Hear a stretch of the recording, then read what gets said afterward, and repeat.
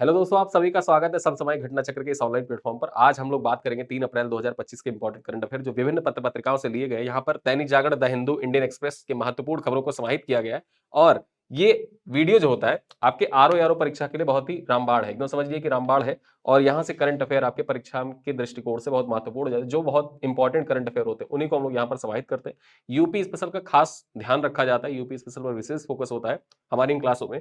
चलिए स्टार्ट करते हैं। उससे पहले मैं आपको बता दूं यहाँ पर RO online practice test series launch की गई घटना चक्र के द्वारा, जिसको आप ज्वाइन कर सकते हैं और इसी के साथ साथ जो हमारा अप्रैल महीने का पैकेज है, उस अप्रैल महीने के पैकेज को भी आप ज्वाइन कर सकते हैं, जिससे आपको जो करंट अफेयर की class PPT PDF per day जो हिंदी इंग्लिश दोनों भाषाओं में जो आपको पीडीएफ प्राप्त होती थी, वो पीडीएफ प्राप्त होती रहेगी। जिन्होंने अपडेट नहीं किया है वो अपडेट कर लें, जो पहले ज्वाइन कर रखे थे उन्होंने अपडेट नहीं किया है तो अप्रैल महीने में फिर से ज्वाइन हो जाए।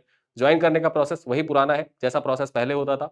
वीडियो के डिस्क्रिप्शन में जाइएगा या लिंक में जाइएगा, नीचे कमेंट बॉक्स में जाइए, वहां पर एक लिंक दिया हुआ है, लिंक पर क्लिक करिएगा अप्रैल माह, डायरेक्ट आप वहां पर पहुंच जाएंगे और फिर उसके बाद आप ज्वाइन कर सकते हैं। ठीक है, चलिए स्टार्ट करते हैं अपने जो करंट अफेयर के इंपॉर्टेंट पॉइंट्स उन पर चर्चा करें। सबसे पहले देखें हिंदी रंगमंच दिवस। ठीक है, 3 अप्रैल का जो दिन होता है इसको हिंदी रंगमंच दिवस के रूप में मनाया जाता है। ठीक है, विश्व रंगमंच दिवस मैंने आपको बताया था, विश्व रंगमंच दिवस, जिसको आप इंग्लिश में वर्ल्ड थिएटर डे भी कहते हैं। आपको बताना है वर्ल्ड थिएटर डे कब मनाया जाता है, कमेंट करके बताइएगा। ठीक है, कमेंट करके बताइएगा कि वर्ल्ड थिएटर डे कब मनाया जाता है, ये आपको कमेंट करना है। मैं यहाँ पर हिंदी रंगमंच दिवस के बारे में चर्चा करूंगा, जो हिंदी थिएटर डे है उसके बारे में चर्चा करेंगे। यहां पर देखें तो हिंदी रंगमंच दिवस हर साल 3 अप्रैल को मनाया जाता है। कब मनाया जाता है? 3 अप्रैल को मनाया जाता है। और क्यों मनाया जाता है तो यहां पर देखा जाए 3 अप्रैल 1868 को, कब? 3 अप्रैल 1868 को बनारस में पहली बार शीतला प्रसाद त्रिपाठी कृत हिंदी नाटक जानकी मंगलम का मंचन हुआ था। ठीक है, पहली बार देखा जाए हिंदी नाटक जानकी मंगलम का मंचन हुआ था 3 अप्रैल 1868 में बनारस में। इसी उपलक्ष्य में जो 3 अप्रैल का दिन है इसको हिंदी रंगमंच दिवस के रूप में सेलिब्रेट किया जाता है। तो ये था हमारा जो दिवस से संबंधित महत्वपूर्ण पॉइंट होता है। सबसे पहला पॉइंट हम यहीं से स्टार्ट करते हैं, उसके बारे में चर्चा की। अब आते हैं अपने करंट अफेयर के न्यूज पर। करंट अफेयर का न्यूज, ये पॉइंट आपके परीक्षा के दृष्टिकोण से मोस्ट इंपॉर्टेंट है। आप यूपी पीसीएस 2018 का पेपर ले लीजिए। ठीक है, मोस्ट इंपॉर्टेंट है ये। आप यूपी पीसीएस 2018 का पेपर उठाइए, 2020 का पेपर उठाइए, 2021 का पेपर, 2022 का पेपर। जो विभिन्न राष्ट्र हैं विदेशों के, जैसे इंग्लैंड हो गया, अमेरिका हो गया, वहां के जो सीनेट होते हैं, सीनेट के सदस्यों से अगर जो कोई विशिष्ट बात होती है ना, तो वहां से क्वेश्चन आया हुआ है। जैसे एक टैक्स स्कैंडल में इंग्लैंड की जो मंत्री थी वो फंसी हुई थी, उस टैक्स जो एक स्कैंडल था वहां से क्वेश्चन पूछा गया था यूपी पीसीएस 2022 की परीक्षा में, 23 की परीक्षा में पूछा गया था। ठीक है, सॉरी 23 की परीक्षा में पूछा गया था। तो ऐसे जो नाम होते हैं, जो अन्य राष्ट्रों के राष्ट्राध्यक्षों या वहां के जो सांसदों होते हैं, उन सांसदों से कुछ विशिष्टता रखती हुई बातें होती हैं, तो आपके परीक्षा में पूछी जाती है। यहां पर हम चर्चा करें, अमेरिकी सीनेट में सबसे लंबा भाषण देने का रिकॉर्ड बना है। ठीक है, अमेरिकी सीनेट में सबसे लंबा भाषण देने का रिकॉर्ड बना है और ये रिकॉर्ड किसने बनाया है? यहां पर बात करें तो अमेरिका में न्यू जर्सी के डेमोक्रेट सांसद, क्या नाम है इनका? कोरी बुकर। क्या नाम है? कोरी बुकर। ये नाम याद रखिएगा, यह नाम आपके परीक्षा के दृष्टिकोण से मोस्ट इंपॉर्टेंट है। ठीक है, आपके परीक्षा के दृष्टिकोण से मोस्ट इंपॉर्टेंट नाम होगा कोरी बुकर। इन्होंने 25 घंटे लगातार भाषण दिया है, 25 घंटे से अधिक समय तक भाषण देकर इतिहास रच दिया है। इसी वजह से इनका नाम बहुत महत्वपूर्ण है आपके परीक्षा के दृष्टिकोण से, याद रखिएगा। यहां पर देखें, कोरी बुकर ने 31 मार्च को शाम 7 बजे से बोलना शुरू किया था और 1 अप्रैल की रात 8 बजे तक लगातार बोलते रहे थे। यानी 25 घंटे ये लगातार बोलते रहे हैं। ठीक है, 25 घंटे लगातार भाषण दिया है और लगातार भाषण देने का रिकॉर्ड बनाया है। और ये देखा जाए डेमोक्रेट सांसद है, ये जरूर याद रखिएगा, रिपब्लिकन सांसद नहीं है। कथन कारण में आपसे पूछ ले तो याद रखिएगा, ये डेमोक्रेट सांसद है, अमेरिका के न्यू जर्सी से बिलोंग करते हैं, न्यू जर्सी के सांसद है। ठीक है, और इन्होंने रिकॉर्ड बनाया 25 घंटे बोलने का। चलिए अगली खबर पर चर्चा करें। महिला हॉकी खिलाड़ी वंदना कटारिया ने संन्यास की घोषणा कर दी है। जो महिला हॉकी खिलाड़ी है, देखा जाए तो भारतीय महिला हॉकी टीम में इनके नाम रिकॉर्ड है सबसे ज्यादा मैचेस खेलने का। ठीक है, वंदना कटारिया के नाम ही सबसे ज्यादा मैचेस खेलने का रिकॉर्ड है। इन्होंने अपने संन्यास की घोषणा कर दी और इनसे संबंधित सवाल भी आपके परीक्षा में पूछा ही जा सकता है। यहां पर पॉइंट पर चर्चा करें। 1 अप्रैल को दिग्गज भारतीय महिला हॉकी वंदना खिलाड़ी, जो महिला हॉकी खिलाड़ी है वंदना कटारिया, इन्होंने संन्यास की घोषणा कर दी। कब की? 1 अप्रैल की डेट याद रखिएगा। आगे देखें, 15 साल में हॉकी करियर में वंदना ने 320 मैच में कुल 158 गोल किए। यानी कि 15 साल का इनका करियर रहा है, 15 साल इन्होंने हॉकी खेला है, जिसमें देखा जाए 320 मैच खेले और कुल 158 गोल किए हैं अपने करियर में। आगे हम बात करें, वंदना कटारिया भारतीय महिला हॉकी के इतिहास में सबसे ज्यादा मैच खेलने वाली खिलाड़ी है। सबसे ज्यादा मैच खेलने का रिकॉर्ड इन्हीं के नाम पर है। वे टोक्यो ओलंपिक 2020 में भारतीय टीम का हिस्सा थी। जो टोक्यो ओलंपिक 2020 का खेला गया था वहां पर ये भारतीय टीम का हिस्सा थी। आगे देखें, ओलंपिक के किसी मैच में हैट्रिक गोल करने वाली वंदना कटारिया भारत की पहली और इकलौती महिला खिलाड़ी है और इसी वजह से इनका नाम महत्वपूर्ण हो जाता है। मैंने क्यों कहा आपसे कि यह सवाल आपकी परीक्षा में पूछा जा सकता है। ये पॉइंट वंदना कटारिया से रिलेटेड सवाल आपकी परीक्षा में पूछा जा सकता है। पूछने का रीजन ही यही है, क्यों? क्योंकि ओलंपिक मैच में देखा जाए, जो ओलंपिक होता है हॉकी वहां पर खेला जाता है, और हॉकी ओलंपिक में देखा जाए, हॉकी में हैट्रिक गोल करने वाली एकमात्र भारतीय महिला और इकलौती खिलाड़ी है वंदना कटारिया, और इन्होंने संन्यास की घोषणा कर दी है, तो इस वजह से इनका नाम महत्वपूर्ण हो जाता है आपकी परीक्षा के दृष्टिकोण से। चलिए अगले पॉइंट पर चर्चा करें। नई दिल्ली में भारत चिली खनन उद्योग गोलमेज चर्चा आयोजित की गई है। नई दिल्ली में जो भारत चिली, आपको पता होगा चिली के राष्ट्रपति 5 दिवसीय भारत यात्रा पर आए हुए हैं, और इसी यात्रा के दौरान देखा जाए तो जो खनन उद्योग गोलमेज सम्मेलन है वो आयोजित किया गया। कहां पर? नई दिल्ली में आयोजित किया गया। ये पॉइंट याद रखिएगा। यहां पर चर्चा करें पॉइंट्स पर, तो 1 अप्रैल को, कब? 1 अप्रैल को नई दिल्ली में भारत चिली खनन उद्योग गोलमेज चर्चा आयोजित की गई। भारत चिली खनन उद्योग गोलमेज चर्चा में भारत के कोयला एवं खनन मंत्री जी किशन रेड्डी, ठीक है, यहां पर देखा जाए यह है जी किशन रेड्डी, मध्य में आप देख सकते हैं, ने भारतीय प्रतिनिधिमंडल का नेतृत्व किया। आगे हम देखें, इंटरनेशनल कॉपर एसोसिएशन भारत द्वारा इस चर्चा का आयोजन किया गया था। यह जरूर याद रखिएगा किसके द्वारा यह चर्चा आयोजित की गई थी। यहां पर जो भारत चिली खनन उद्योग गोलमेज सम्मेलन हुआ था, इसका आयोजन किसके द्वारा किया गया था? तो इंटरनेशनल कॉपर एसोसिएशन भारत के द्वारा, ठीक है, इंटरनेशनल कॉपर एसोसिएशन इंडिया के द्वारा इसका आयोजन किया गया था। ये पॉइंट जरूर याद रखिएगा, कथन कारण में आपसे पूछ सकता है, मतलब 2 कथन वाले सवाल जब बन सकते हैं तो वहां पर ये पूछ सकता है। और इंटरनेशनल कॉपर एसोसिएशन की जगह पर वो क्या लिख सकता है? वो लिख सकता है खान मंत्रालय या खनन मंत्रालय लिख सकता है, केंद्रीय खनन मंत्रालय लिख सकता है, तो वहां पर वो गलत हो जाएगा। किसके द्वारा किया गया था आयोजन? इंटरनेशनल कॉपर एसोसिएशन के द्वारा किया गया। चलिए आगे देखें, इस दौरान mineral exploration, sustainable mining practices और वैल्यू एडेड मिनरल प्रोसेसिंग के प्रमुख क्षेत्रों के द्विपक्षीय सहयोग को बढ़ाने पर चर्चा हुई। जो ये आयोजन हुआ था, यहां पर जो विभिन्न चर्चाएं हुई, वो चर्चाओं के बारे में यहां पर लिखा हुआ है कि एक्सप्लोरेशन, जो मिनरल एक्सप्लोरेशन होता है, सस्टेनेबल माइनिंग होती है, और साथ ही साथ जो वैल्यू एडेड मिनरल प्रोसेसिंग होते हैं, ठीक है, इनसे संबंधित विभिन्न चर्चाओं का आयोजन किया गया। ठीक है, चलिए अगली खबर पर चर्चा करें। त्रिभुवन सहकारी विश्वविद्यालय विधेयक 2025 संसद से पारित कर दिया गया है। त्रिभुवन सहकारी विश्वविद्यालय विधेयक 2025, और ये आपके परीक्षा के दृष्टिकोण से बहुत ही महत्वपूर्ण है।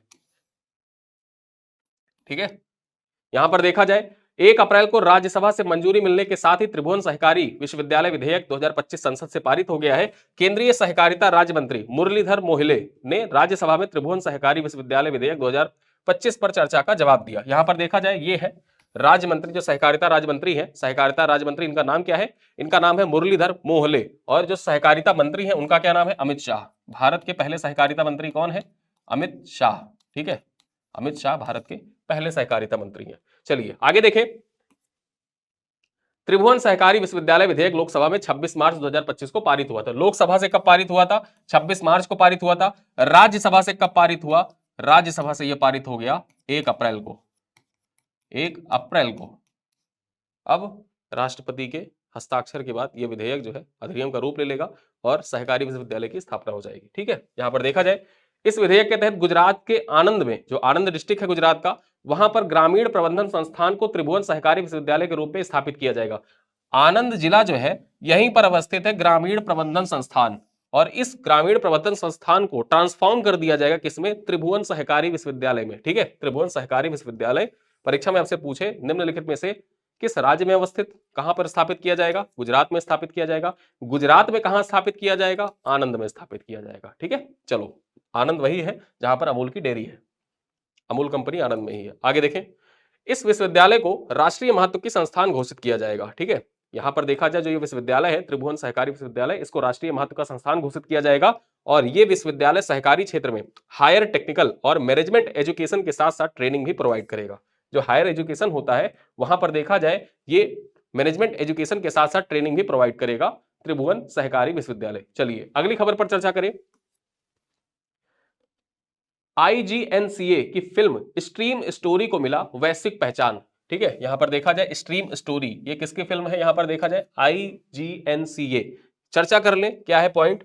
1 अप्रैल को इंदिरा गांधी राष्ट्रीय कला केंद्र, ठीक है, इंदिरा गांधी जो राष्ट्रीय कला केंद्र है इसके द्वारा निर्मित फिल्म स्ट्रीम स्टोरी को प्रिक्स डू पैट्रीमोइन कल्चर इमेटोरियल 2025 से सम्मानित किया गया है। और ये अवार्ड कहां का है? ये फ्रांस का अवार्ड है, इसी वजह से इसको देखा जाए तो वैश्विक पहचान मिली है। प्रिक्स डू पैट्रीमोइन कल्चर इमेटेरियल 2025 पुरस्कार समारोह का आयोजन फ्रांस की राजधानी पेरिस में किया गया, ठीक है, फ्रांस की राजधानी पेरिस में किया गया।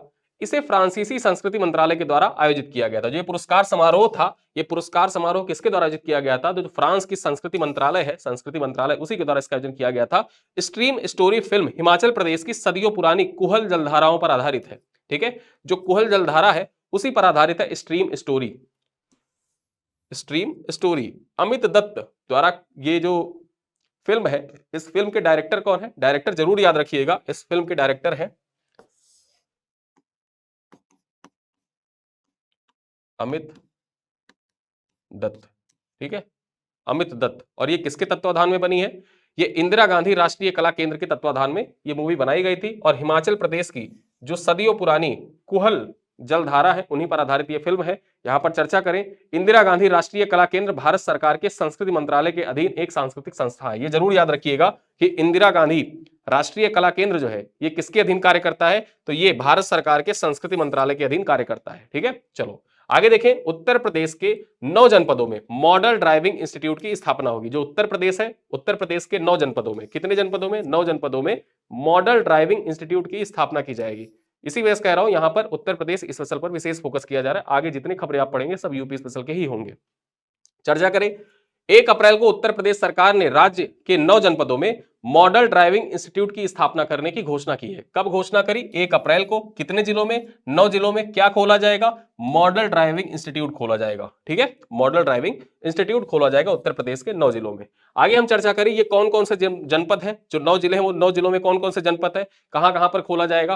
तो लखनऊ में खोला जाएगा, गोरखपुर में, बलिया में, आगरा में, गौतम बुद्ध नगर में, झांसी में, कानपुर नगर में, शाहजहांपुर में और प्रयागराज में। ये 9 जिले ऐसे हैं जहां पर मॉडल ड्राइविंग इंस्टीट्यूट खोला जाएगा उत्तर प्रदेश सरकार के द्वारा। इन इंस्टीट्यूट के जरिए उत्तर प्रदेश के प्रोफेशनल ड्राइवर्स को आधुनिक तरीके से प्रशिक्षित किया जाएगा। जो प्रोफेशनल ड्राइवर है ना, उनको भी प्रशिक्षित किया जाएगा, ठीक है। ऐसा नहीं कि जो जानते ही नहीं ड्राइविंग उनको प्रशिक्षित किया जाएगा, यहां पर ऐसा नहीं है। जो प्रोफेशनल ड्राइवर है, जैसे फॉर्मूला 1 रेसिंग वगैरह होती है ना, वो प्रोफेशनल ड्राइवर है, उसके लिए ट्रेन किया जाएगा लोगों को यहां पर, ठीक है। चलिए, जो कार रेस वगैरह होती है, कार रेस वगैरह के लिए लोगों को यहां पर ट्रेन किया जाएगा। इन इंस्टीट्यूट का निर्माण सड़क परिवहन राजमार्ग मंत्रालय के फंड से होगा। जो ये इंस्टीट्यूट है, इस इंस्टीट्यूट को जो फंड आएगा, मतलब पैसे कौन वहन करेगा? इसका पैसा वहन किया जाएगा किसके द्वारा?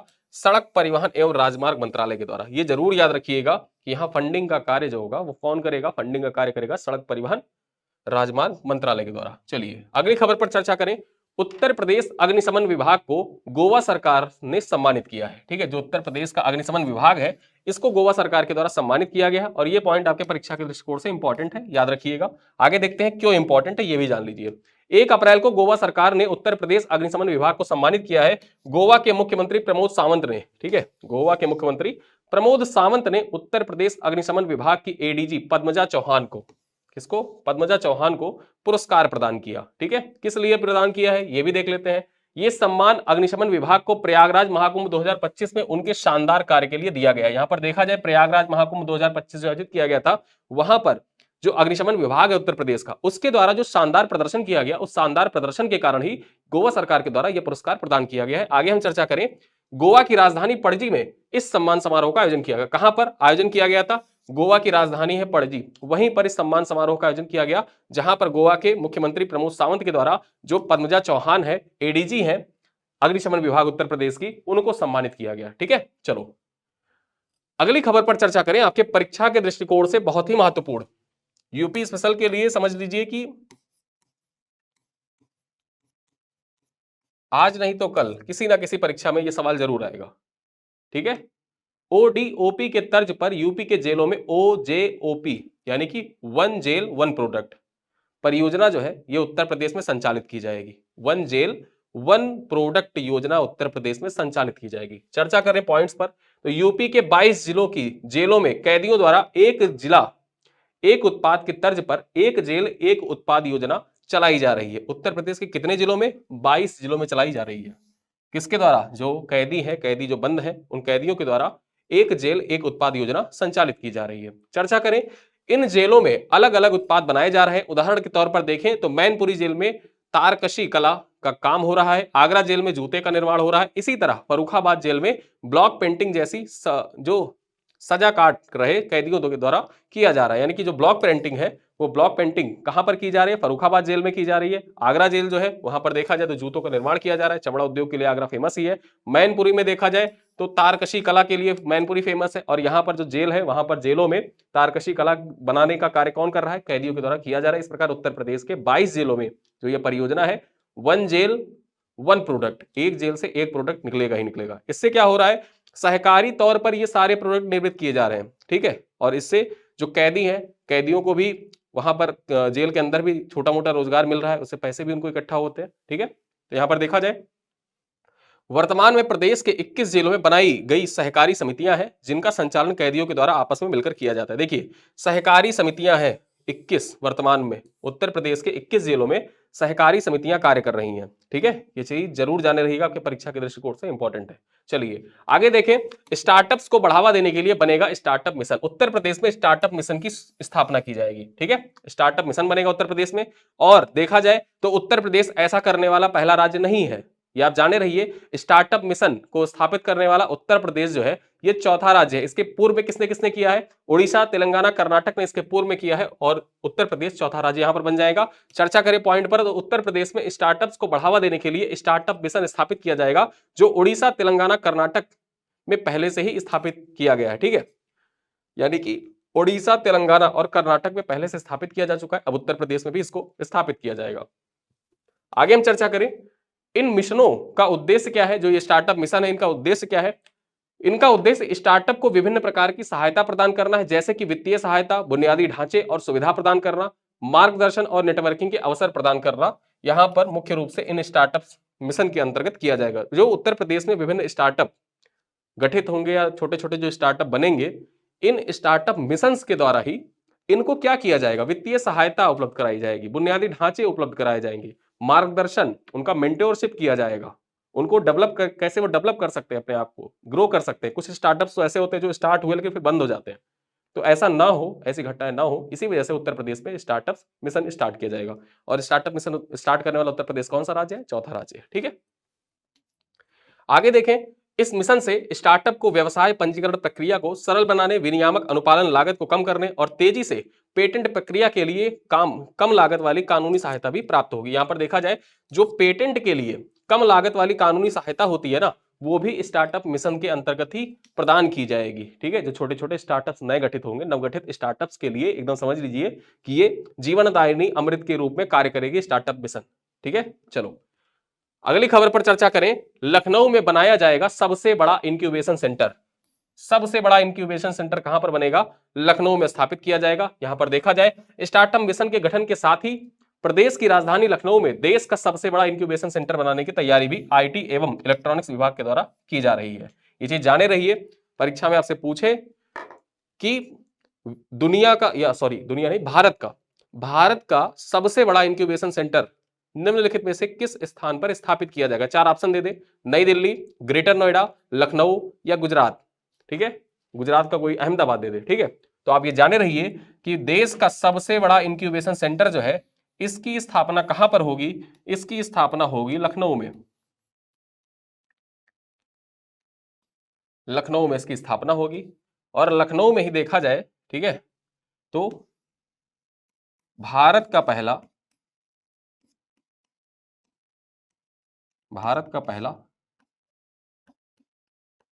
एआईसीटी भी डेवलप किया जाएगा।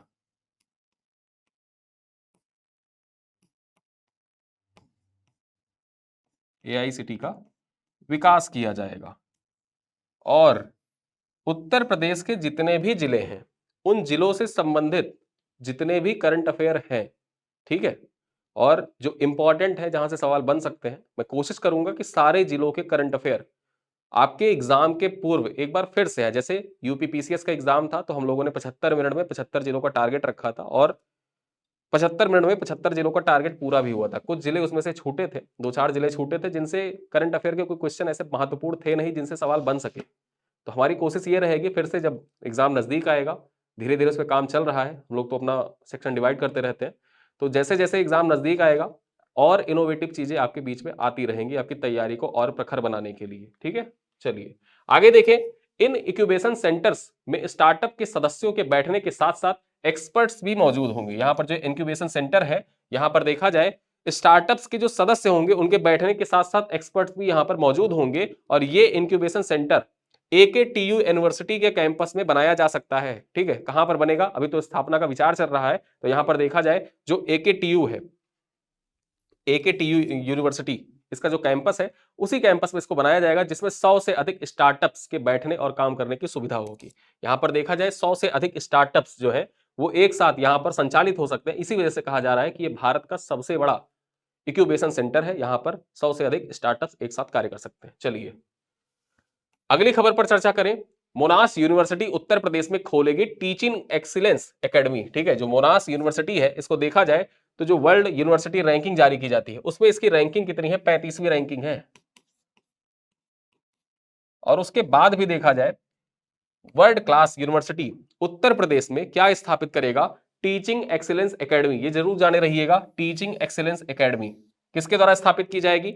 मोनाश यूनिवर्सिटी के द्वारा स्थापित की जाएगी। चर्चा करें, मोनाश यूनिवर्सिटी उत्तर प्रदेश में टीचिंग एक्सीलेंस एकेडमी की स्थापना करने की इच्छा जताई है। यूनिवर्सिटी डायरेक्टर कंसल्टेंट्स के साथ उत्तर प्रदेश में विश्व स्तरीय क्लास टीचिंग स्ट्रेटजी व ट्रेनिंग पाठ्यक्रम उपलब्ध कराएगी। ठीक है, यहां पर क्या होगा? उत्तर प्रदेश में जो शिक्षा जगत है, शिक्षा जगत में क्या इनोवेटिव कर सकते हैं टीचर्स, और टीचर्स को ट्रेन करने के लिए टीचिंग एक्सीलेंस एकेडमी की स्थापना मोनाश विश्वविद्यालय के द्वारा की जाएगी। यहां पर हम चर्चा करें, पाठ्यक्रम व शिक्षण तकनीकी, प्रारंभिक शिक्षा, शैक्षिक मनोविज्ञान, परामर्श, अंग्रेजी शिक्षण माध्यम, शैक्षिक नेतृत्व, शिक्षण डिजाइन, एआई एवं डिजिटल शिक्षा, स्वास्थ्य एवं शारीरिक शिक्षा तथा समावेशी विशिष्ट शिक्षण पद्धतियों की प्रणाली के लिहाज से मोनाश यूनिवर्सिटी दक्ष माना जाता है। मतलब देखा जाए जो टीचिंग स्किल है, टीचिंग स्किल को पूर्ण रूप से डेवलप करने में देखा जाए जो मोनाश यूनिवर्सिटी है वो पूरी दुनिया में सबसे अव्वल है और इसकी वर्ल्ड यूनिवर्सिटी रैंकिंग में भी टॉप रैंकिंग में शुमार रहता है, टॉप 100 में, टॉप 50 में शुमार रहता है मोनाश यूनिवर्सिटी। और उत्तर प्रदेश में क्या टीचिंग एक्सीलेंस एकेडमी की स्थापना करने जा रहा है। ठीक है, चलो अंतिम खबर पे बात करें। एआई उत्कृष्टता केंद्र स्थापित करने के लिए माइक्रोसॉफ्ट कॉर्पोरेशन के साथ समझौते ज्ञापन पर हस्ताक्षर किया गया है। तो किसने हस्ताक्षर किया है? महाराष्ट्र सरकार ने हस्ताक्षर किया है। महाराष्ट्र सरकार माइक्रोसॉफ्ट कॉर्पोरेशन के साथ मिलकर एआई उत्कृष्टता केंद्र स्थापित करेगा महाराष्ट्र में। चर्चा करें, महाराष्ट्र सरकार ने राज्य प्रशासन में एआई प्रौद्योगिकी को अपनाने में तेजी लाने के लिए मुंबई, पुणे और नागपुर, ये 3 शहर याद रखिएगा, मुंबई, पुणे और नागपुर, इन्हीं 3 शहरों में जो एआई उत्कृष्टता केंद्र है उनकी स्थापना की जाएगी। और इसी के लिए देखा जाए तो माइक्रोसॉफ्ट कॉर्पोरेशन के साथ महाराष्ट्र सरकार का समझौता हुआ है। ठीक है, 3 अत्याधुनिक एआई उत्कृष्टता केंद्र स्थापित करने के लिए माइक्रोसॉफ्ट कॉर्पोरेशन के साथ एक समझौते ज्ञापन पर हस्ताक्षर हुआ है। यह समझौते ज्ञापन में वैश्विक स्तर पर मान्यता प्राप्त एमएस लर्न प्लेटफॉर्म के माध्यम से सरकारी कर्मचारियों को व्यापक प्रशिक्षण कार्यक्रम और प्रमाणन प्रदान करने के लिए माइक्रोसॉफ्ट कॉर्पोरेशन को शामिल किया गया। यानी कि जो महाराष्ट्र सरकार के जो सरकारी कर्मचारी हैं उन सरकारी कर्मचारियों को ट्रेन करने के लिए, ठीक है, एआई उत्कृष्टता केंद्र स्थापित किया गया जिससे वो एआई से भी रिलेटेड जितनी जानकारियां हैं उनको, जो बदलता परिवेश है, बदलता परिदृश्य है, बदलते परिदृश्य में वो नए जमाने के साथ खुद को डेवलप कर सके। इसी वजह से ये 3 एक्सीलेंस सेंटर स्थापित किया जाएगा। यहाँ पर उत्कृष्टता केंद्र जो एआई एक्सीलेंस सेंटर है वो स्थापित किए जाएंगे। किन किन शहरों में स्थापित किया जाएगा ये एक्सीलेंस सेंटर?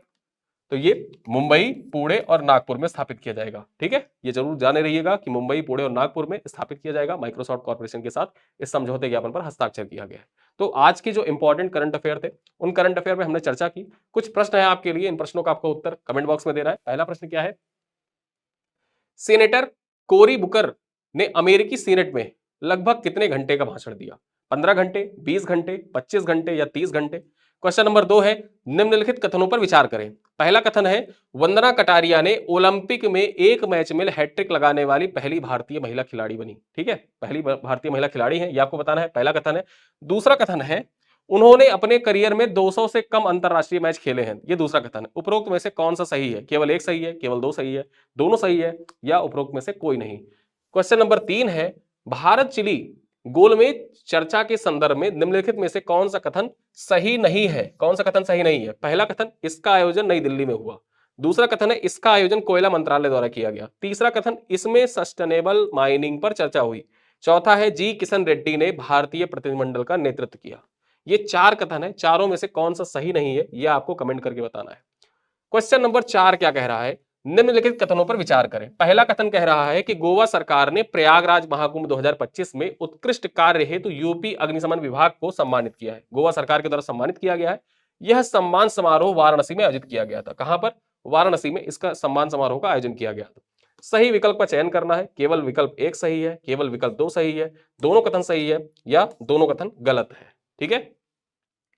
अंतिम प्रश्न क्या है? अंतिम प्रश्न है, निम्न में से कौन सा कथन सही नहीं है? कौन सा सही नहीं है बताइए। मोनास यूनिवर्सिटी उत्तर प्रदेश में टीचिंग एक्सीलेंस एकेडमी खोलेगी। अगला है, बी कह रहा है, बी कथन है, मतलब बी ऑप्शन है, यह संस्था केवल अंग्रेजी शिक्षण तक सीमित रहेगी। सी है, इसमें एआई व डिजिटल शिक्षा का पाठ्यक्रम भी होगा। डी है, यह विश्व स्तरीय शिक्षण रणनीति उपलब्ध कराएगी। आपको बताना है कौन सा कथन इनमें से चारों ऑप्शन में जो ए बी सी डी दे रखा है, कौन सा ऑप्शन यहां पर गलत है। ठीक है।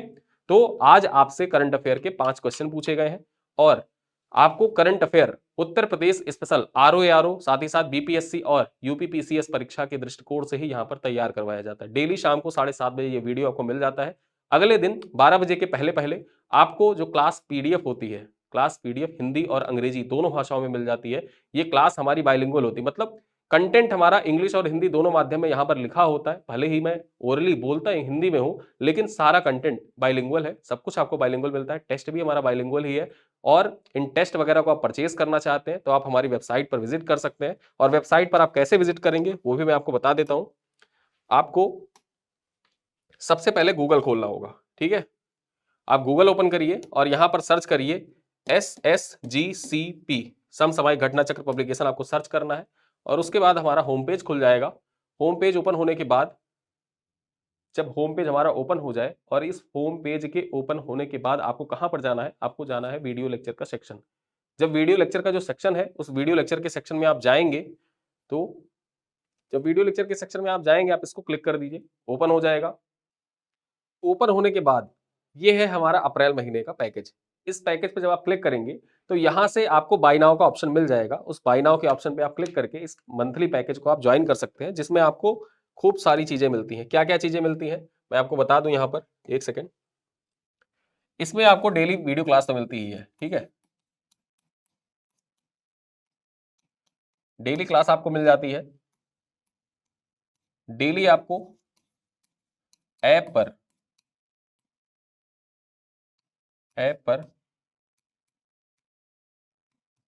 10 MCQ का टेस्ट मिल जाता है। ठीक है। फिर उसके बाद में डेली आपको चित्रात्मक पीडीएफ मिल जाती है, क्लास पीपीटी मिल जाती है।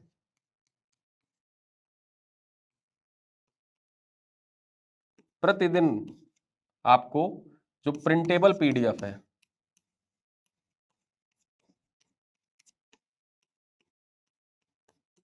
ये आपको मिल जाती है। और ये हिंदी